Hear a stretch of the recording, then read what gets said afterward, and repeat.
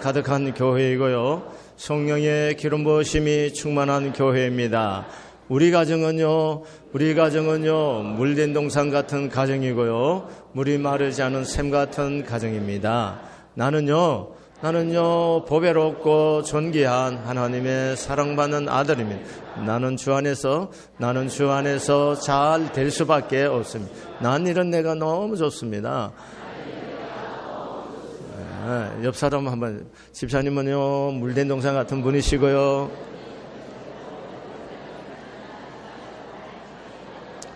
자, 손을 뻗어서 저에게를 향해서 한번 해서요. 손을 뻗어서 시작.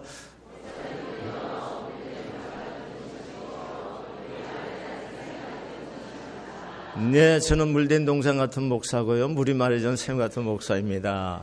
아멘, 감사합니다. 오늘 이 가운데 보혜사 성령의 하나님이 함께 계시는 줄로 믿습니다. 예수님께서 광야에서 40일을 금식 기도하신 후에 성령님의 이끌림을 받고 마귀의 시험을 받습니다. 그 마귀의 시험이 첫 번째가 뭐냐 하면은 돌들로 떡이 되게 하라는 것이고, 두 번째는 성전에서 뛰어내리라 하는 것입니다.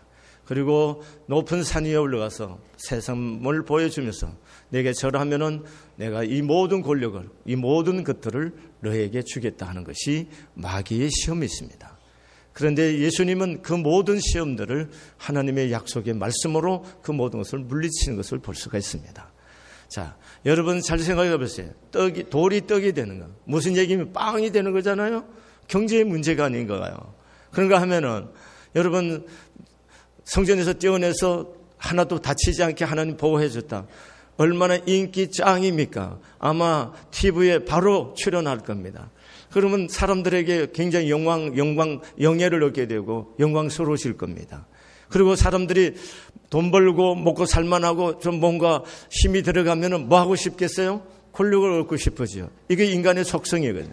그럼 마귀라든가 세상이 우리에게 주고 싶어한 것은 이런 것들을 통해서 우리를 유혹하는 거란 말이죠. 그런데 예수님은 우리에게 이런 얘기를 하는 것이 아닙니다. 그래서 세상에서 이런 것은 꽃이라고 말한 거죠.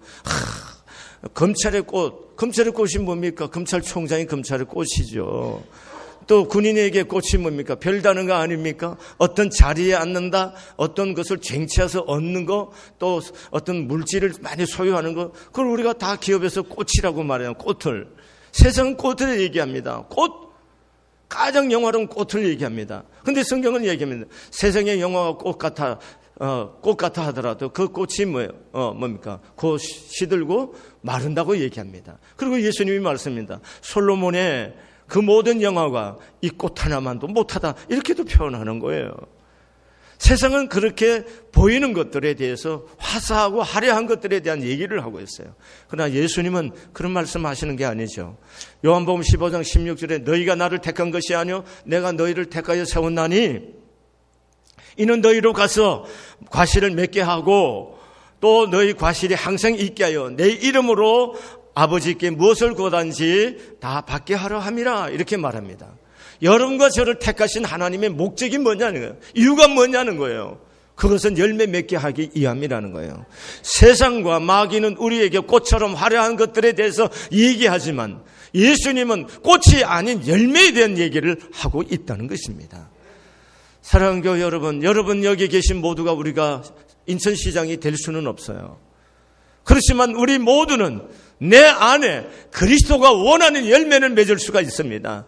그 열매를 통해서 하나님이 영광을 받으시겠다, 이 약속입니다. 오늘 하나님이 우리에게 열매 맺기를 원하십니다. 여러분, 우리가 열매를 맺으면 하나님께 영광이 되고 또 예수 그리스도의 제자가 되리라, 이렇게 말씀하시는 것입니다.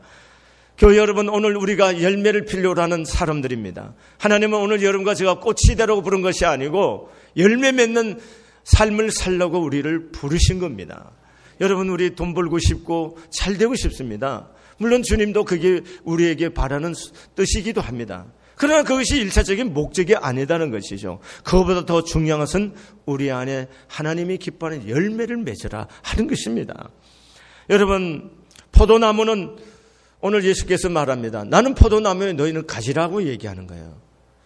자, 우리가 열매를 맺어야 되는데 어떤 열매를 맺어야 되느냐는 거죠. 가지는 원줄기에 붙어 있으면 그 원줄기의 열매를 맺게 되는 거죠. 그러면 오늘 여러분과 제가 맺어야 할 열매는 뭔가요? 예수의 열매란 말씀입니다. 예수의 열매. 그러면 여러분과 제가 맺어야 할 예수의 열매라는 게 뭔가요? 생각 한번 해보시길 바랍니다. 예수의 열매가 뭘까? 예수님이 여러분과 나를 통해서 맺고 싶은 열매가 뭘까? 지난주에 이 본문 가지고 똑같이 본문을 얘기를 했습니다. 그것은 광역적인 의미에서 믿는 하나님의 사람들이 이 땅에서 열매 맺는 삶을 어떻게 하면 살 수 있느냐에 대한 광역적인 얘기를 했습니다.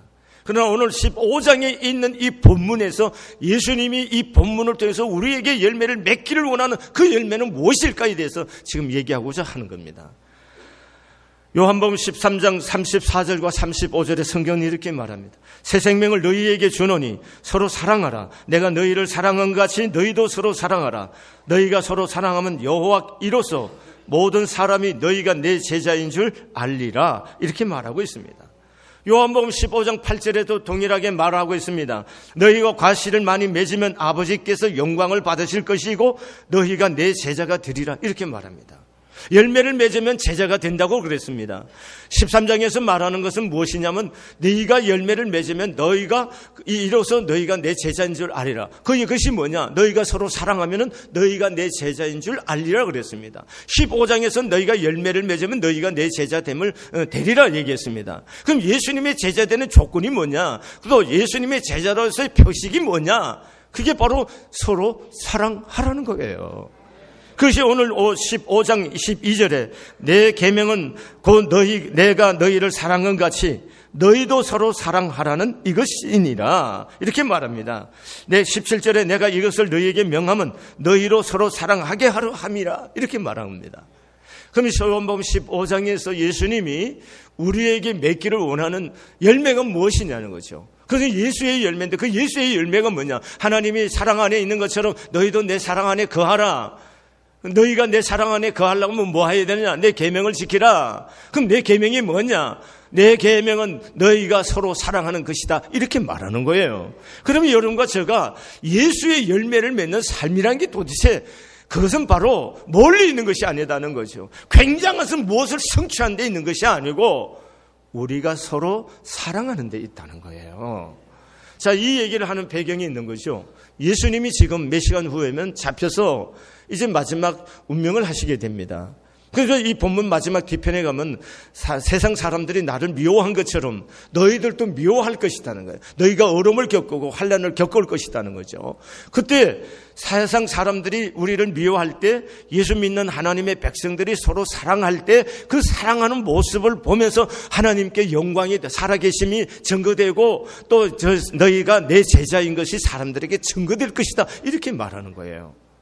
자, 중요한 얘기예요. 여기 돈 버는 얘기하는 거 아니에요. 여러분 성공하는 얘기하는 거 아니에요. 지금 여기는 우리가 어떻게 하면 예수 그리스도의 사람으로서 세상에 증거될 수 있느냐 하는 아주 돈보다 더 본질의 문제를 지금 얘기하고 있는 거예요. 여러분 돈 벌려고 생각하고 교회 오셨다면 교회 안 오셔도 여러분 돈 벌 수가 있습니다. 여러분 교회는 돈 벌고 잘 살기 위해서 교회 오고 신앙생활 하는 것 아닙니다. 여러분 저희 옛날에 저희 어렸을 때 저희 부친께서 농업도 하셨지만 배선주였습니다. 배선주였기 때문에 뭘 많이 했을 것 같아요? 고사를 많이 지냅니다. 그럼 고사를 지낼 때 선주 되시는 김씨네 당신이 사는 거 보니까 그 심보 고역하고 마음 좀 회개하시오. 아무도 와서 그런 얘기하지 않습니다. 뭔 얘기하느냐? 고사를 지내고 액땜을 위해서 구슬을 하고 그러면 된다는 거죠. 그럼 잘 된다는 얘기 안 합니다. 우리 아버님이 갖고 있는 삶에 대한 얘기를 터치하는 것이 아니에요. 그냥 진리를 얘기하는 것이 아닙니다. 그럼 어떻게 하면 잘 살고 어떻게 하면 액땜해서 문제를 해결해서 잘 되냐? 그런 얘기하는 거 현상적인 얘기만 합니다. 그러나 진리라는 것은 진리는 우리에게 얘기하는 거, 너 이렇게 살면 안 된다는 거죠. 너 이렇게 살아야 된다는 얘기야. 삶의 본질이 된 얘기를 하는 게 진리예요. 그럼 기독교는 뭐냐? 단순히 예수 믿어서 잘 살아라라는 이런 얘기하는 것이 아니고 진리를 얘기하는 겁니다. 이렇게 살아야 하나님을 만나고 하나님 안에 있을 때 너희가 잘 될 수 있다는 진리의 얘기를 하는 거고, 네 심보 고쳐먹어라, 네 삶을 바꿔라, 이래. 그래서 너희는 회개하라, 이런 얘기하는 것이 뭡니까? 교회라는 거예요. 교회는 바로 그렇게 하는 것이에요. 그래서 성경을 보면 뭡니까? 사도행전에도 예수님이나 제자들이 말씀을 전가할 때 그들이 마음이 찔렸다는 거예요. 마음이 찔려서 들어와 떨 때 제자들이 말합니다. 너희가 회개하고, 이렇게 말하는 거예요. 교회는 뭐 하는 거냐? 진리의 말씀 앞에 어그러진 우리의 삶을 회개하는 것이 교회라고요. 이런 데가 교회지. 예수 믿고 예배 한번 드리고 복 받고 이런 것이 교회가 아니라는 거예요. 그러면 오늘 우리가 예수의 열매를 맺으려고 하면 어떻게 해야 되느냐는 거죠. 예수의 열매라는 건 뭐냐? 사랑하는, 서로 사랑하는. 사랑이 뭐예요 도대체? 깊이 생각해 보세요. 사랑이 무엇냐고 물으신다면 눈물의 씨앗이라고 말하겠어요. 눈물의 씨앗이 사랑입니까? 나훈아 씨는 그래서 매일 울고 있는지 모르겠죠. 자, 보세요. 사랑이 뭐예요, 여러분이? 여러분, 우리 이 시대에 예수 믿지 않는 사람들이 우리를 향해서 왜 손가락질 하는 거예요? 지금 말만 하면은 사랑 어떻게 운운하는데 우리를 보고 사랑을 경험합니까? 사랑을 감정으로만 해석하지 말자고요. 사랑이 뭐예요? 서로를 향해서 사랑하는 사람, 서로를 향해서 진실해야 돼요. 난 그게 사랑이라고 생각해요. 여러분, 지금 진실이 있는 시대입니까? 진실이 있는 시대인가요? 예수 믿는 사람들에게 진실을 기대할 만합니까? 제가 전에 시골에서 목회할 때, 내가 가기 전에 어떤 아주 예수를 잘 믿고 기도 많이 한다는 분이 오셨는데 그 이름이 뭐냐면 김진실이라는 분이래요. 그래서 와서 처음에는 너무 잘하니까 시골 사람들이 그분한테 쏙 빠졌어요. 그래서 그분한테 돈도 빌려달라니까 돈도 빌려주고, 전 교인이 그 사람한테 돈이 안 얽힌 사람이 없어요. 근데 이 양반이 어느 날 야밤 도주를 해버렸어. 이 시골 사람들이 얼마나 상처를 받았겠어요. 생각해 보세요. 근데 몇 년이 지나서 이 사람이 어딘지 알았어요. 안성에 있는데 기도원을 한대. 아니, 무슨 기도원은 또 무슨 기도원입니까? 남의 돈을 훔쳐갖고 가서 도망질 해갖고, 기도원은 무슨 기도원이에요. 그 기도를 하나님이 받으시겠냐고. 진실은 무슨 김진실이야. 사기꾼이지. 이게 우리들의 자아상이잖아요. 예수 믿는 사람이 진실하지 않다는 거잖아요. 그래서 세상이 우리를 향해서 조롱하잖아요. 우리가 서로 사랑하나. 사랑이 뭐예요?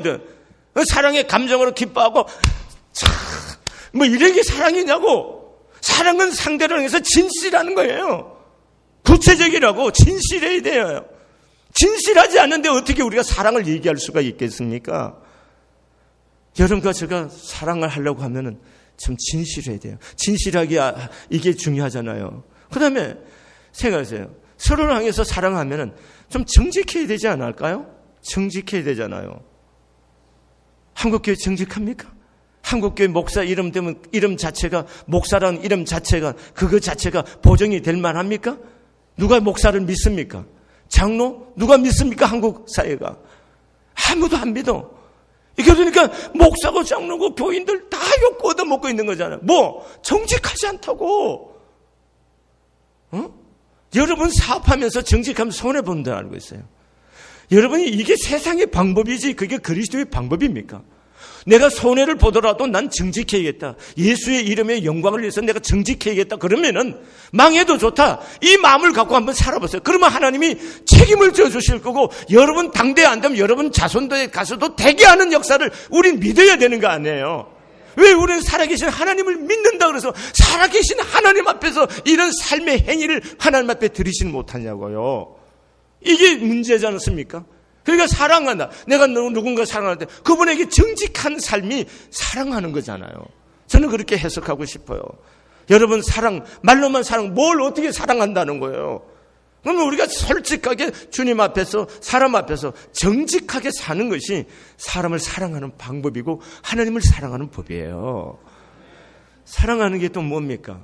사랑하면요, 섬기는 거예요. 교인이 서로 사랑하나, 서로 섬기는 거예요. 섬기면은 뭐가 필요한 거예요? 헌신이 필요하잖아요. 내 것을 주지 않는데 어떻게 섬길 수가 있습니까? 교인이 인색하잖아요. 너무 인색해요. 여러분, 우리가 내가 나 자신을 위해서는 절제를 하고 쓰는 것을 절제를 하고 아껴야 돼요. 그렇지만 하나님 예수 그리스도가 필요한 곳에는 정말 그분이 원하는 만큼, 감동이 오는 만큼 헌신하고 그를 드려야 하나님을 섬기는 거고, 사람을 사랑하고 섬기는 게 아니에요. 그게 섬기는, 자기 헌신이 반드시 따라오는 거예요. 자기를 헌신하지 않는데 무슨 사랑이 오는 겁니까? 여러분, 우리가 부모님들이, 오늘 우리가 이만큼 잘 사는 거 우리 부모 세대들이 땀 흘리고 수고한 결과가 아닙니까? 인정해야 되잖아요. 그럼 그분들이 옛날 자식들을 공부시키기 위해서 농부들에게 농토가 생명처럼 귀한 건데, 그걸 팔아서 자식들을 공부를 시켜서 이 공부한 자녀들이 통해서 이 민족이 이만큼 잘 사는 거잖아요. 왜 아멘 안 하세요? 뭐 기분 나쁘세요? 마음을 아멘 잘 하셔요. 아멘을. 사실이지 않습니까? 그러면 생각하세요. 부모가 잘 먹고 잘 살면서 이거 한 거 아니잖아요. 부모들은 허리띠 졸라매고 정말 먹을 거 안 먹을 거 다 아껴서 자식들을 다 도시에 보내갖고 공부시켜서 이 공부한 우리 자녀, 우리들 세대가 이 피땀 흘려서 이 갖고 오고 오늘 여기까지 온 거 아닙니까? 사랑에는 반드시 희생이 따르고 헌신이 따른 거예요. 섬김이라는 것은 이 희생과 봉사, 헌신이 없이는 섬김이 이루어질 수가 없는 거예요. 그렇게 하려면 어떻게 해야 되는 거예요? 이런 삶이, 이런 사랑의 삶이 우리 교회 안에 구현되려고 하면 어떻게 해야 되는 겁니까? 성경이 이렇게 해요. 너희는 내 안에, 내가 너희 안에 있으면 너희가 많은 열매를 맺을 것이다. 이렇게 말하는 거예요. 너희가 내 안에, 내 말이 너희 안에. 아니, 너무 멋진 말이에요. 근데 그 말을 우리가 이해를 잘 못해요. 말은 멋있는데 이게 무엇인지를 이해를 못해요. 자, 이런 거 생각해 보세요. 저는 일본을 처음 갔을 때, 일본 사람들이 신발을 들어가면서 우리는 앞으로 벗어놓고 들어가는데 그 사람들은 벗어서 딱 돌려놔서 나올 때 딱 신고 나올 수 있도록 그렇게 탁탁 가지런히 놓더라고요. 그 신기했어요. 우리는 어떻게 합니까? 들어가자마자 한쪽은 저쪽에 벗어지고 한쪽은 여기에 벗어지고 그냥 신발이 중구난방이잖아요. 그럼 나갈 때는 돌아서서 신고 복잡하잖아요. 이렇게 우리는 살잖아요. 근데 일본에 가면 일본의 야쿠자들도 신발 하나는 탁 돌아서서 벗어서 딱 돌아서 나갈 때 신기 좋게 딱 해놓고 들어가요. 그럼 한국 사람들도 일본 가서 살면은 신발을 다 돌려놔요.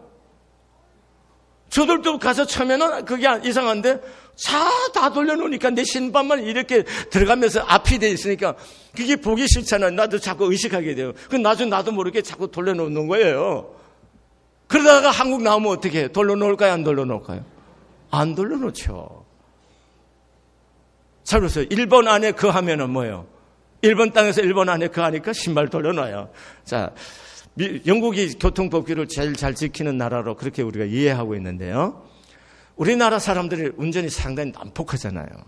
저도 고속도로에 얹었다 그러면 여러분 놀랄 만큼 속력을 내요. 자, 여러분 생각해 보세요. 그렇다 하더라도 영국 가면 나도 어떻게 해야 돼요? 영국 사람들 같은 교통법규를 지키면서 안전운행을 할 거예요. 그렇게 지키다가도 한국 오면 어떻게 할까요? 막 운전하죠. 한국에서 운전 중에서도요, 제일 거칠고 난폭 운전한 도시가 어딘 줄 아세요? 부산이에요. 부산에 한번 갔더니까 끼어들지 못해. 끼어들려면 빵빵 대고 말이죠. 성질들은 얼마나 급하고 욕도 잘하는지 상상을 초월하겠더라고요. 그렇게 부산 사람들이 그 교통법규에 대해서 아주 예민하고 막 가격해요. 여러분 생각해 보세요. 그렇다 하더라도 영국 가면 그럴 수 있을까요? 안 그럴까요? 안 그러죠. 그래요, 안 그래요? 자, 보세요. 영국에 가면은 영국의 교통법규가 그 안에 거해서 영국의 법치 안에서 그 안에서 다 움직이는 거예요. 너희가 내 안에, 그럼 예수 안에 있는 것은 뭐냐는 거예요. 예수 안에 있다는 얘기는 예수의 다스림, 예수의 법치 안에, 예수의 법 안에 있는 거잖아요. 내가 내 마음대로 하더라도 예수 안에 들어가면 예수의 법교 안에, 예수의 법 안에, 예수의 문화 안에, 예수의 생각 안으로 들어가는 거잖아요. 그리고 그 예수님의 말씀이 내 안에 들어오는 거고, 이건 생명을 설명하는 거예요. 사랑하는 교회 여러분, 여러분과 제가 주님이 원하는 이 열매를 맺으려고 하면 예수의 법 안에 들어가는 거예요. 예수의 법 안에. 예수의 법 안에 들어가는 것이 여러분과 제가 예수 안에서 사는 거고, 예수의 말씀이 내 안에 들어오는 겁니다. 이게 진리입니다. 그럼 생각해 보세요. 예수님의 말씀을 가장 방해하는 것이 사람이 누굴까요? 집사님이 제가 예수의 말씀대로 사는데 제일 방해꾼입니까? 아니죠. 누가 제일 방해꾼이나요? 내가 내 자신에게 하나님의 말씀이 내 안에 들어오는 것에 제일 방해꾼이죠. 내가 제일 거역하고 내 마음대로 살고 싶고 내 자존심대로 살고 싶고 내 성깔대로 살고 싶어요. 이게 나가. 그런데 내가 예수 안에 거하고 예수의 말씀이 내 안에 들어오려고 하면 어떻게 돼야 되는 거예요? 이 나가 처리돼야 되잖아요. 이게 죽지 않으면은 예수의 말씀이 내 안에 들어오고 내가 예수 안에 거하는 삶이 이루어질 수가 없잖아요. 그렇잖아요? 생각을 잘 하세요. 그러면 우리가 믿는 사람들이 왜 그리스도 안에서 이런 선한 주님이 맺기를 원하는 열매를 못 맺느냐는 거예요. 하나님의 말씀이 내 안에 와서 내가 죽고 그리스도의 말씀이 나를 지배하지 않는다는 거예요. 이걸 다른 말로 하면 하나님과 쉽게 얘기하면 이런 거예요. 자, 내가 누군가 자주 만나면 말이 비슷해 갑니까? 안 해 갑니까? 그 사람 쓰는 언어가 나인데 옮아오고 내가 잘 쓰는 언어가 저 사람인데 옮아가요? 안 옮아가요? 옮아가요. 그리고 저 사람의 말을 내가 사랑하면 소중히 여깁니까? 안 합니까? 소중히 여겨요. 그 말씀대로 내가 받아들여주고 싶은 마음이 생겨요. 그러면 여러분과 제가 하나님의 예수님의 말씀을 내 안에 받아들이고 내가 죽고 이렇게 옳은 생각하지 마시고요. 그냥 예수님 사랑하세요. 이때 좀 아멘 하는 거요. 왜 가만히 입만 닫고 계세요? 아멘 한번 해보세요. 그냥 아멘. 큰 소리를 해보세요. 막 법 지키려고 애쓰고 이러지 마시고요. 그냥 주님 사랑해요. 뭐 하자고요? 사랑하는 거예요. 이러면요, 그냥 예수님 말씀이 쉬워지는 거예요. 사랑하면 그냥 쉬워져. 해봐요. 사랑하면은 쉬워진다. 쉬워집니다. 제가 전주에 기도원 가서 기도하면서 깨달은 것 중에 이런 거 깨달은 거 아니죠. 다 깨달았던데 또 희미해졌다가 또 마음속에 새롭게 하는 건데, 산도 오르고 숲길을 걸으면서 또 기도하면서 생각하는 거예요. 나도 상처받고 살잖아요. 교인들은 날 힘들게 할 때도 있고, 조금만 일해도 저도 상처받고 마음에 힘이 막 끼워 정말 이 목사직을 그만둬야 되나 안 되나 이런 고민도 할 때가 있잖아요. 근데 이렇게 생각해 보는 거예요. 주님이 나를 향해서 이렇게 말하는 거예요. 마태복음 16장 24절에 누구든지 나를 따라오려거든 자기를 부인하고 자기 십자가를 지고 나를 쫓을 것이니라. 이렇게 주님 말씀하잖아요. 제가 그 말씀 앞에 서는 거예요. 저러나 네가 나를 따라오는 삶을 사냐? 그럼 너 부인해야지. 너 십자가 져야 되는 거 아니야? 말씀이 내게 다가오는 거예요. 그럼 내가 누군가에 대해서 미움이 있고 누군가에 대한 복수하고 싶은 마음이 있고 마음에 분함이 생기고 마음에 막 상처돼서 막 못 견딜 그 분노의 감정들이 가득했는데 그 순간에 주님이 나를 향해요. 너 나 따라오느니? 너 나를 따라오는 제자냐? 그러면은 너 부인을 해라. 저러나 너 부인을 하고 너 십자가를 치고 와야 된다. 그럼 가면 생각해. 내가 왜 지금 화내고 있지? 내가 왜 이렇게 많이 상처받아 있지? 생각해보니까 상처받는 건 나잖아요. 내가 살아있기 때문에 상처받는 거예요. 내가 분을 내고 있어서 내가 살아있다는 거잖아요. 그것이 마음속에 오는 순간 주여 내가 모든 것을 내려놓습니다. 딱 놓을 수밖에 없죠. 그 순간에 뭐예요? 미움이나 분노라든가 복수심, 저 인간 좀 안 돼가 엇걸어지고 자빠졌으면 좋겠다. 이런 마음 모든 인간적으로 생각하던 것이 그냥 없어지는 거예요. 그리고 그를 그냥 있는 대로 그 사람과 상관없이 내가 용서하고 용서를 선포하고 그리고 그리스도가 내 안에 주는 평안을 내 안에 경험하고 그분을 위해서 진심으로 예수 이름으로 축복하고, 그럴 때 내 안에 뭐가 생기는 거예요? 그분이 원하는 그리스도의 제자로서의 열매가 맺어지는 거 아닙니까? 삶이 먼 데 있다고 생각하세요. 우리가 신앙생활을 자꾸 아니에요. 지금 삶 속에서 시행하는 거예요. 여러분 당장 시행할 것이 뭐냐요? 내게 가장 상처 주는 사람이 있어요. 신랑이고 아내 아닙니까? 내 자식 새끼고. 그렇잖아요? 자식이 원수일 때 있잖아요. 그럼 어떻게 해야 되냐? 신랑이 원수 같을 때도 있잖아요.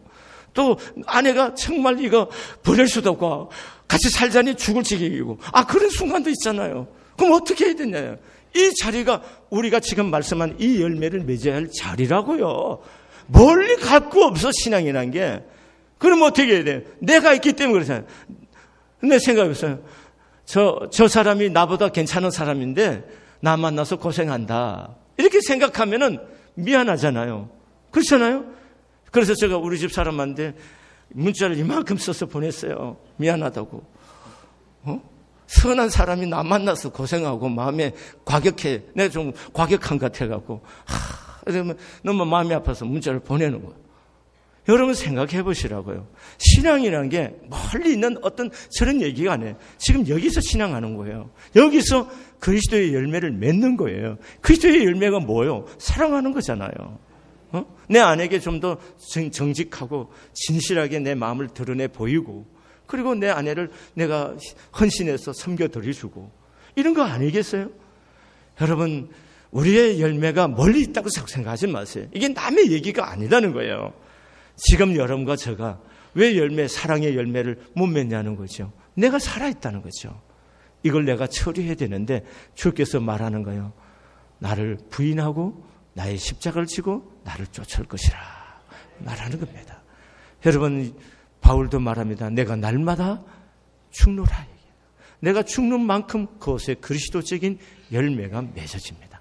근데 이게 쉽나요? 쉬워요? 쉬우면 다 했겠지. 안 되는 거예요. 안 되니까 뭐가 편리하는 거예요. 성경에 보니까 안 되더라고. 근데 되는 순간이 있었어. 그게 뭐냐? 사도행전 성령의 하나님이 임하니까 되더라고. 그래서 여러분과 제가 구해야 할 건 뭐냐? 내가 막 애써 사랑하려고 애쓰는 삶이 아니라 하나님 예수님을 그냥 사랑하는 거예요. 그리고 성령 충만해지면은 그분이 와서 그냥 사랑이 되게 하는 거예요. 그냥 되는 거지. 내가 막 애쓰고 나면 흔적이 남아요. 내가 애써가 너 용서했는데 그럴 수가 있어. 또 나와요. 또 곤조가 나오는 거야. 내가 또 나오는 거예요. 근데 성령 안에서 내가 진정으로 그분을 통해서 없어지는 거예요. 사랑한 흔적도 없어요. 그러면 여러분 생각 잘 해보세요. 제가 이번에 결심한 것이 뭐냐? 무슨 여기 몇천 명 모으고 몇만 명, 그것도 제 성령께서 하시는 거고, 내가 사모할 내 인생의 목표는 뭐냐 하면은 예수님과 더 아름다운 연애를 하고 싶은 거예요. 주님과 좀 너무 연애를 신바람 나게 해서 내가 그분이 내 안에 있어서 그냥 내 영혼이 그분의 친밀함 속에 거하여서 그분이 나에게 모든 걸 가르쳐주고, 그냥 내가 그분을 사랑하기 때문에 그분의 모든 일들이 너무 쉬워지고, 그냥 내가 했다는 흔적도 없어지는 그런 내 영성으로 살고 싶은 거예요. 한번 따라하세요. 예수님과 연애하자. 누가가 연애하자고? 예수님과. 좀 예수님과 연애해서 사랑에 빠져보자고. 그러면 쉬워. 모든 게 쉬워져. 내가 막 애쓰는 게 아니라 가지가 열매를 맺으려 애쓸 필요 없다는 거예요. 그냥 나무에 붙어 있기만 하고 그 진액을 받아들이기만 하면 되는 거예요. 그럼 그 비밀이 뭐냐? 예수와 연애하는 거예요. 쉽게 얘기하면. 그 예수님과 사랑에 빠지고, 그 예수님과 사랑에 빠져 있으면 그분을 통해서 오는 진액이 나로 하여금 예수의 열매가 맺어지게 하는 거예요. 교회 일하는 게 먼저가 아니에요. 예수님과 연애하는 거 먼저예요. 쉽게 얘기합시다. 일이 먼저가 아니고 뭐가 먼저예요? 예수님과 연애하는 거예요. 예수님과 친해지는 거예요. 예수님과 깊은 사귐 속에 들어가는 거예요. 그래야 우리의 영혼이 예수님이 원하는 열매를 맺는 거예요. 그래야 하나님이 영광을 받으시고 우리가 예수님의 제자인 것을, 예수의 자녀인 것을, 하나님의 자녀인 것이 증거되어질 줄로 믿습니다. 한 목소리 합니다. 예수님과 연애합시다. 표현이 조금 쌍스럽지만 그렇게 우리 감정을 가장 잘 드러내는 거라 표현해 보는 거예요. 다시 하기위해서 예수님과 사랑에 빠집시다. 우리 옆 사람과 악수하면서 예수님과 사랑에 빠집시다 한번 해보세요. 자, 여러분 가슴에 손을 모으시고 여러분 자신이 주님 사랑합니다. 내 생애 다 사는 날 주님을 가장 사랑하고 주님과 깊은 사랑 안에 내 생애가 들어가기를 원합니다. 하나님 나 좀 불쌍히 여겨주세요. 그 마음으로 여러분의 마음을 예수님께 한번 토해내시기를 바랍니다. 가슴에 손을 얹고 기도하시기를 바랍니다. 여러분 목소리로 기도하세요.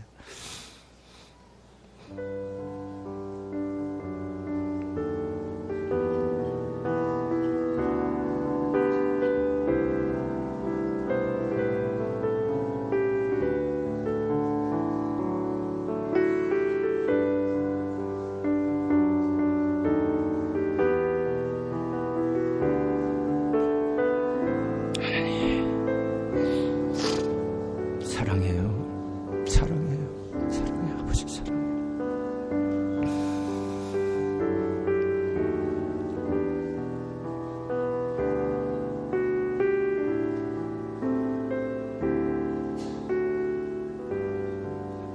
하나님 아버지, 사는 것이 너무 분주하고 바빠서 주님과 사랑하는 일에 등한히 하고 예배 한번 드림으로 하나님을 사랑한다고 떼어버렸던 무지함과 무심함과 무관심함을 용서해 주시기를 원합니다.